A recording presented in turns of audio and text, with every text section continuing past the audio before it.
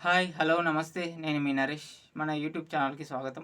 Video చూసే ముందు like చేయండి. లైక్ చేస్తే ఇంకొంతమందికి వెళ్తుంది. సబ్స్క్రైబ్ చేసుకోండి, చేసుకొని వాళ్ళు క్రికెట్ రివ్యూస్ అండ్ అప్డేట్స్ చెప్తుంటాను. ఈరోజు మ్యాచెస్ అయితే చెన్నై ఫస్ట్ మ్యాచ్ గెలిచింది. ఇప్పుడు మ్యాచ్ అయితే ఆర్సీబీ 5 వరుస విజయ లైన్గా 5 మ్యాచ్లు సూపర్గా గెలిచింది. ఈరోజు ఢిల్లీ పాపం దురదృష్టం అనుకోవాలి. అనవసరం అన్లకి తప్పనిసరిగా గెలవాల్సిన మ్యాచ్లో దాని దురదృష్టం క్యాచులు డ్రాప్ ఫీల్డింగ్ అయినప్పటికీ 188 స్కోర్ టార్గెట్ చేసినా చేజ్ చేయలేకపోయారు. ఆ 2 రన్అట్ ఫ్రేజర్ రన్అట్ తర్వాత స్టబ్స్ రన్అట్ కొంప ముంచేసినాయి ఢిల్లీ మ్యాచ్ ఓటమికి.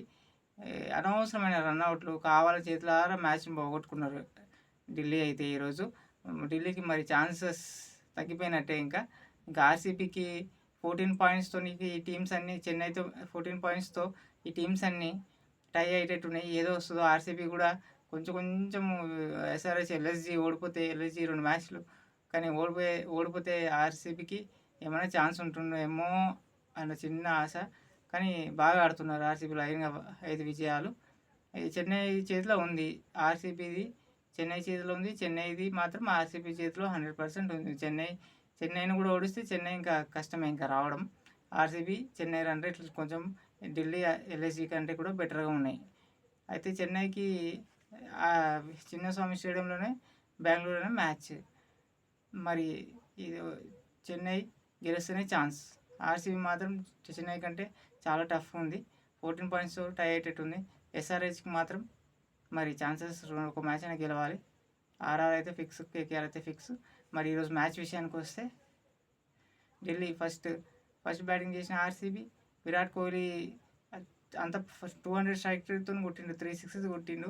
అంత స్కోర్ కొట్టారు, అంత ఫాస్ట్ ఆడి తొందరగా ఇషాంత్ శర్మ బౌలింగ్లో కీపర్ క్యాచ్ ఇచ్చి అవుట్ అయిపోయింది కదా.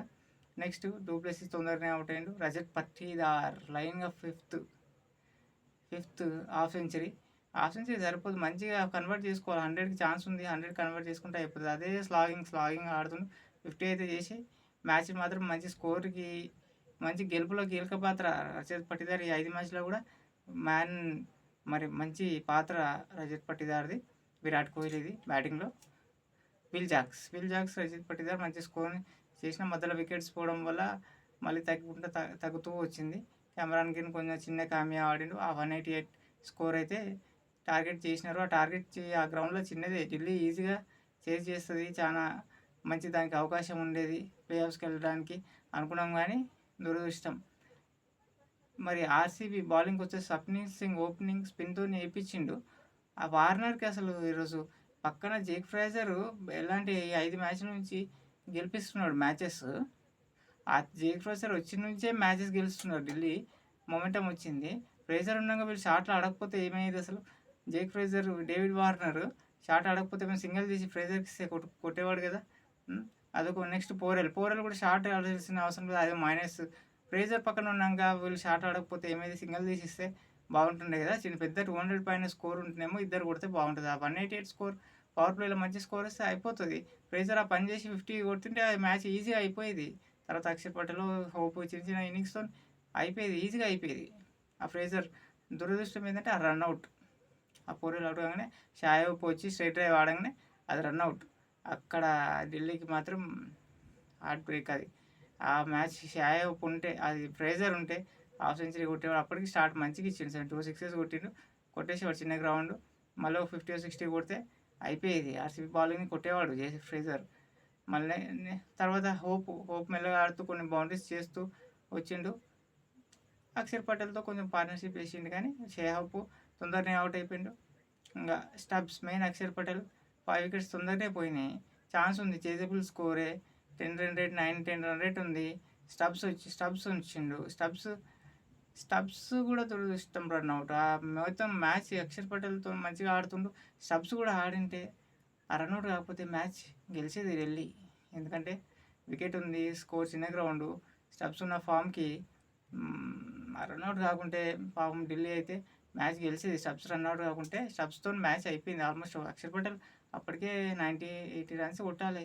కష్టం కదా, ఒక్కడితో కష్టం. అయినా ట్రై చేసినాడు. 16 ఓవర్స్ తర్వాత టైం అవుట్ తర్వాత అవుట్ అయిపోయిండు. అప్పటికే 4 ఓవర్స్కి 60. అప్పుడు చేజబుల్ గారు పక్కన బ్యాట్స్మెన్ లేడు, ఇంకో బ్యాట్స్మెన్ ఉంటే బాగుండేది. అక్షర్ పటేల్ అవుట్ అయినాక మ్యాచ్ అయిపోయింది. 16 ఓవర్స్ లోపలనే మ్యాచ్ ఈరోజు ఫినిష్ అయిపోయింది ఢిల్లీది అయితే. అనవసరంగా దురదృష్టంలో 2 రన్అట్లు మెయిన్ రన్అట్లు కొంపముంచేసినాయి ఢిల్లీవి. ఢిల్లీకి ఛాన్సెస్ చాలా వరకు తగ్గిపోయినట్టే, ఇంకా లేనట్టే ఛాన్సెస్. ఇంకా ఎల్ఎస్జీకి ఛాన్సెస్ ఉన్నాయి. మధ్యలో కొత్త ప్లేయర్ రిషబ్ పంట్ ఆడకపోవడం చాలా మైనస్ అయిపోయింది. అది కూడా సస్పెండ్, ఒక మ్యాచ్ సస్పెండ్ చేసిండ్రు. ఈ మ్యాచ్ ఆడాల్సిందేమో మరి నెక్స్ట్ మ్యాచ్ కూర్చుంటే బాగుండేదేమో. ఒక మ్యాచ్ సస్పెన్షన్కి ఈరోజు మ్యాచే ఆడలేదు. మ్యాచ్ ఆడకుంటే మ్యాచ్ అయితే ఢిల్లీకి ఓడిపోయింది. ఆర్సీబీ అయితే వరుస విజయాలు, సూపర్ ఫామ్తో ఉన్నారు. కప్పు ఇంకొక మ్యాచ్ ఫస్ట్ రౌండ్లో 8 మ్యాచ్లో ఒక్కటి గెలిచింది. ఇంకొకటి గెలిచింటే ఈరోజు ఇంకా వేరే లెవెల్లో ఉండేది. హ్యాపీగా పైన ఉండేది, టాప్లో ప్లే ఆఫ్స్ కూడా వెళ్ళేవాళ్ళు.